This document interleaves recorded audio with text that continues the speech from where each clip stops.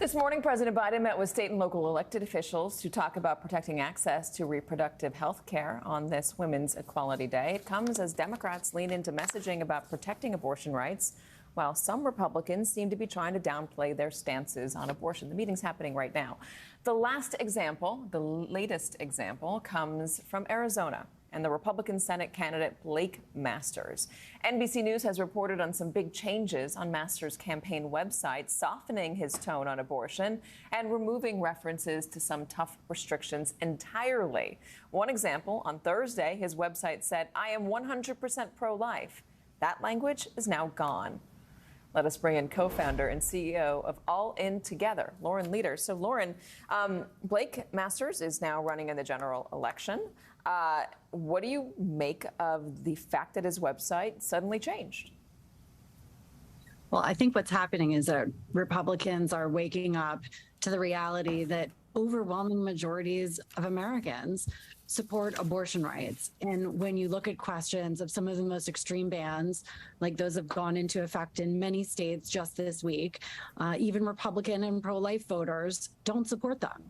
And it is a political loser for Republican candidates who are pushing these extreme bans. And I think the further we get from the Dobbs decision, and the more we start hearing these horrific examples of children being forced to carry babies to term, of women being forced to carry not fetuses that aren't viable. I mean, just these horrific stories that are beginning to emerge that are the real impact, the real world impact of these extreme abortion bans. It's becoming politically toxic. And what we saw in Kansas is actually very representative of what we believe we're going to be seeing through the polls that we've been running coming up in the midterm elections. And that message is getting through. Lauren, a lot of these candidates will talk about laws or stances they have on campaign trails, or they'll have it on their website. They'll use things like, "I support a personhood law," which Blake Masters had said that he did support, but you might not understand what that means. So when someone says a personhood law, can you just explain generally what they're talking about? Right. Well, the personhood laws are particularly dangerous because it's essentially a legal structure for giving fetuses full legal rights and protections. And that includes, can go as far as prosecuting doctors who perform abortions, even where they may believe that there is a medical necessity. And, a lot of the rhetoric around abortion laws over the last number of years, has been a political winner for the most part for Republicans. But I think what we see after Dobbs is just a complete rewriting of the political rules on this issue. And in places like Arizona, and frankly, in many states across the country, it's the independent women voters, those suburban women voters who, as you know, and we've talked about before, are so critical in terms of swing votes in closely tied states, purple states.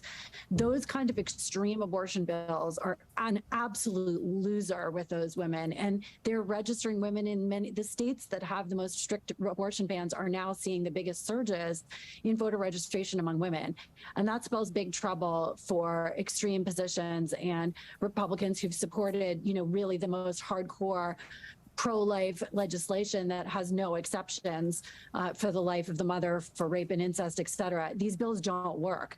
And the real world impact of them, when you get past philosophy and now post-Dobbs, we're living with the consequences are pretty terrible and pretty indefensible for most legislators. A lot of Democrats are running on this idea that if Republicans are elected to majorities in the House and the Senate and then win the White House again, that they will make a federal ban on abortions. There are Republicans who have said that they're not interested in doing that. How do you navigate that?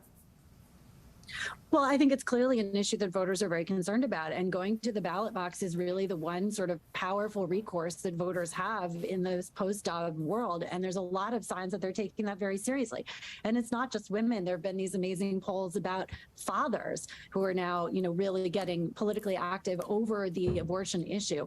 So I think, look, voters understand that in these moments where state legislatures are going to the extreme, that Congress and the Democrats holding Congress is fundamental to protecting any potential future abortion rights.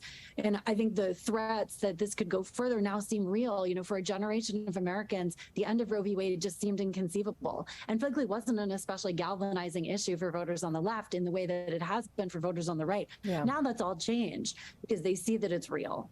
For so long, it had been a single issue for a lot of voters. They voted on that alone on the Republican side.